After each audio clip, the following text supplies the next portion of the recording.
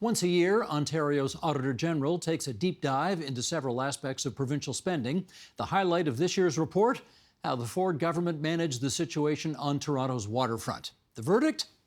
Not great. Let's get into the details with Shelley Spence, who last week issued her first ever report as the province's newest Auditor General. Welcome to the job. Welcome to our studio. Thank you for having me. It's nice to meet you here. Okay, I think it's always good to start off with a reminder of what your job actually is. And let's start with this. You are hired by the legislature, not the premier. What's the difference? Oh, it's a big difference. I'm hired by, first of all, I interviewed with a subcommittee of the Public Accounts Committee, and then they bring forward their recommendation to the full Legislative Assembly, and then it is brought forward by the Speaker for a vote, and they vote on making me the Auditor General. Do you know how many votes you got? Unanimous. You were unanimous? Yes, I was. I guarantee you are the only thing they've all agreed on then in the last 6 years or so. Okay, you've got a 10-year term, right? Yes. Which means theoretically you can criticize the government without fear that you're going to be fired. Is that right? Yes, it is. Under my act, I can be let go, but it takes quite a majority to be able to do that. And really, as an independent officer, it's very important that you don't feel that pressure that, you know, if you criticize the government, that you're perhaps going to lose your job. So it helps with the independence. And it is similar for other officers of the legislature as well. We're appointed for a term. And in my case, it's non-renewable. And it is 10 years, which is a very long time, which I'm excited about because there's a lot we can do in 10 years. There is another sort of spending watchdog at Queen's Park called the Financial Accountability Office. And they can respond to MPPs who request that they undertake investigations. Do you do that too? Do you respond to MPPs who want you to look into things? So, no, we're not obligated to do that under my act. We are obligated if, or we can be asked by a minister or the Public Accounts Committee to do a special audit. It's still up to my office to decide whether we can take that on. I would generally say if I was asked, I would definitely do the work, but we are not there to do the work if any MPP asks us. Okay, so you undertake investigations, your office does, and you, in your wisdom, decided that there was something worth investigating at Ontario Place. Why did you decide to look into that? So I just want to coin that it is called a performance audit. We're not investigators. So we audit, and we audit against criteria. We take a look at what we would expect to see with a major development project such as that. What are best practices? And we measure what happened against that. And what did you find? Well, we found that during the call for development process, they had some costs for site servicing, about $400 million that they thought they were going to spend. And the government had been saying that, you know, this isn't going to cost taxpayers money. They went through the call for development process where they had some bidders that were going to bid on doing the whole project, the whole island, and others that were just site-specific, so like multi-tenants in different spots. And they chose to go in that direction. And what we found is that when they made that decision, which is the government's decision, and that's fair, they didn't have the information on the fact that they would be on the hook for the public realm costs and other costs that perhaps a master developer that would do the whole island would take on themselves. How did they not know that? I'm not sure. I think they didn't know what those costs would be. They hadn't designed it yet, that kind of thing. So our recommendation is they need to look at implications of decisions. So we might not know the dollars exactly, but we know we're going to be spending dollars. I don't say this to be a smart aleck. I just say it because I think it's a fact. The current Premier of Ontario tends to like to do business in a rather spontaneous, non-bureaucratic, let's make a deal kind of way. He's a former businessman, and he likes his business experience when he brings that to bear in making decisions. When you are the Premier of the province of Ontario, is it okay to approach business that way? So I'm not the Premier of the province of Ontario. I'm the auditor. And as an auditor, I like to look at what processes and policies are in place, what good practices are when you're making a decision like the redevelopment of Ontario Place. So we look for those checks and balances because they do help you make really good decisions. And they also help with transparency, accountability, and fairness. So that's what we looked at when we looked at Ontario Place. But I think this Premier would argue, if I followed every bureaucratic process that I'm supposed to follow, I wouldn't have the dynamic, innovative result that he believes we will see when this thing is all said and done. We won't have these exciting new opportunities for the waterfront. I think that would be his position. Is he right to take that position? So once again, I'm not the Premier, and I'm going to say that is, as an elected official of the province, that's their prerogative. But what we look at is what makes a good decision around, or not decision, but what is the information that the politicians need to make a decision. And we found that some of this information is lacking. And we made recommendations that in the future, they perhaps follow a different process than the call for development, like a request for qualifications or a request for information, so they get those big ideas that they want and get global, input into the process, but then still make a decision and then back up and do a request for proposal process that has a lot of checks and balances in place to make sure it's fair, open, and transparent. I really am not trying to put words in your mouth here, but I really am trying to understand. You think a better outcome happens when politicians follow accountable and transparent processes, which, if I hear you right, were not followed in this case. Have I got that right? So I wouldn't say politicians, I'd say the government. So we try and work with the bureaucracy of the government, so the deputy minister and down levels, to provide recommendations to help them do their jobs as well as they can. So our report, not just Ontario Place, but all of them are full of great recommendations that have been accepted by the most part by ministry staff. And they're going to work on those recommendations and implement them to make things better. Do you really believe that? I do. You think they're going to take your recommendations and actually implement them? Because they haven't yet. Well, they haven't so far. Well, we just reported these recommendations, so we'll come back in 2 years and see how they're doing. And I do know that there's still phase 2 to go on Ontario Place. So if they look at those recommendations and bring in those best practices, then I think that they'll do a good job.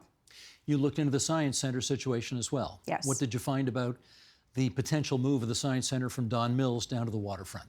So our office last year did a report on the Science Centre on the business case, basically, to either renovate the old centre or to move to the new centre. And that report at that time had a cost benefit analysis done, et cetera, and the conclusion and decision of the government at that time was to move.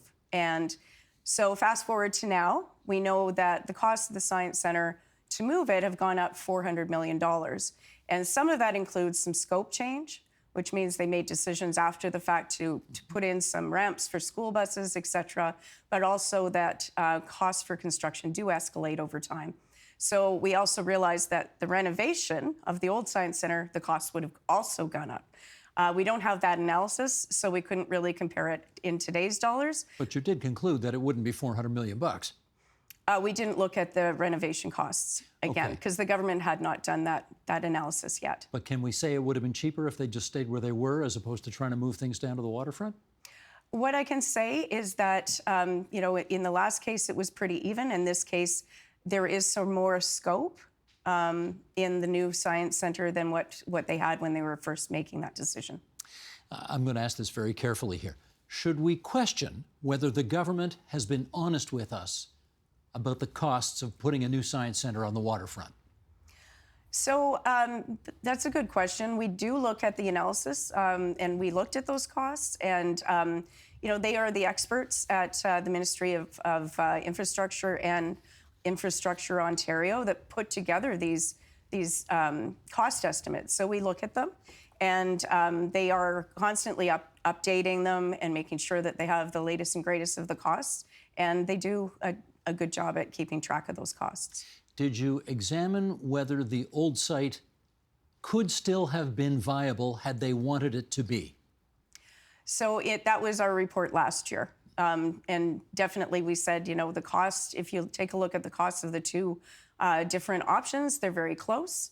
and then the government made the decision to move. Because again, I ask you that question because the government's position has been, we have to move to the waterfront because the old site was completely unviable, would have required a fortune going into it in order to keep it up to standards, and therefore we needed to move to the waterfront.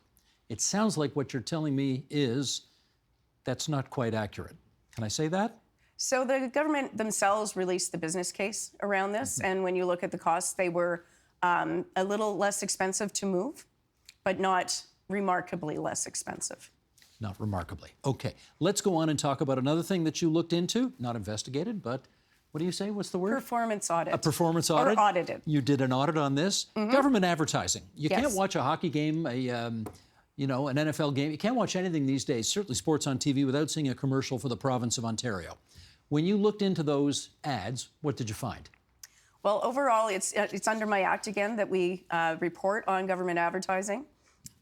And it's under the Government Advertising Act that we report on the advertising of the government to make sure that it is following the rules of the act. And the act had been changed in 2015 by a former government. And at that time, a lot of the things that we were looking for in the ads were taken away. So we can look at an ad and say it's partisan if there's a member of the political party there, if it has the colors of the political party, and a few other things. And that's about it. So when we are asked to pass these ads to be aired, for the most part, most of them get through. And what we did in our report, we noticed they spent $103.5 million this year, which is the highest ever. And of that, about 62% of the ads would not have passed the former act and the rules that were in that. But that's the former act. Yes. So they do pass the current act. Yes, they do. Now, the former act, I think it was the previous Kathleen Wynne government that changed the rules because they thought that the rules were too strict. And I think I can remember that the Auditor General of the day, back then, went to the Wynne government and said, you've got a red apple in that ad. Red means Liberal, therefore that's too partisan. Would you agree that that was a bit too persnickety? That's folklore from what I know. I don't know if that truly happened. I think there were reasons on both sides as to why they weren't necessarily in agreement. And so the rules, all I know is that the rules were more lax after that. But I've heard that rumor myself, but I don't know if it's true. It could be folklore. Deb Matthews bringing it up on the floor of the legislature. I don't know how many years ago. It's probably 10 years ago now. But yeah, she insisted that the auditor gave them HE double hockey sticks for putting a red apple in the ad. I'm not going to comment on the Okay. past. I think that there was a desire at the time for the government to produce certain ads that may not have passed the act. So the act was more lax after that. How granular do you get when you look at these ads to determine whether or not they pass muster? We do have an entire group in my office that does this work, and then it's approved through my deputy or myself. And so we do have a worksheet. We get very granular. We look at everything. Like what? So we'll look at whether it's website material or if it's print media, watch those radio, those TV ads, radio, etc. And we look at it and we mark it against the criteria of the act.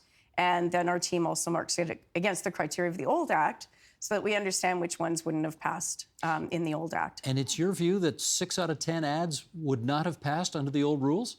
Or 62% of the costs of the ads. Of the costs? Yes. Gotcha.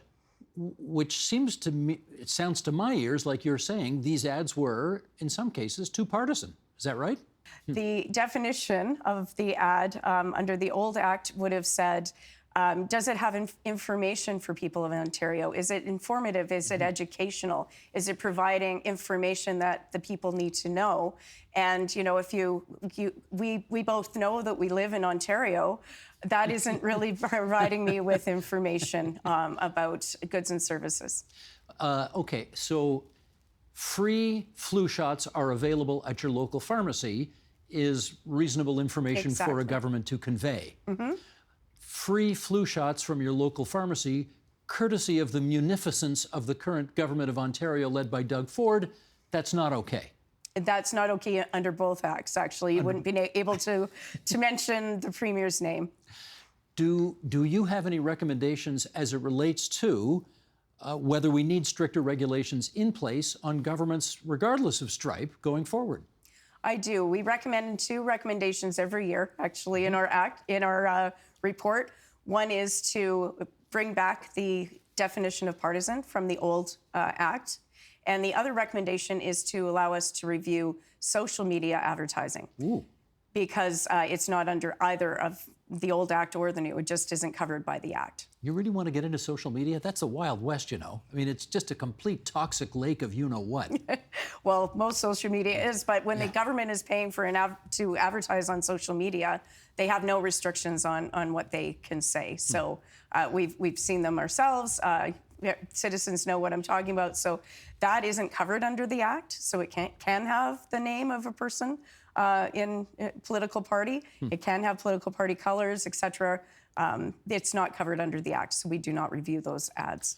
So you've made the recommendation to the current government that you think you should have some jurisdiction to look at social media ads and potentially toughening up the regulations of regular conventional advertising as well. Have you heard back from them as to whether they will accept those recommendations? So to start with, it's kind of rare for our office to ask for legislation changes, but this was about what we did and what we want to do in order to make sure that we were getting value for money as taxpayers out of those ads. So that's why we're making those recommendations. Now, the government is not going to take on those recommendations at this time. Have they told you that? Yes, it's in our report. They've said directly, we're not interested right now. Yes. For forever or for now? Currently.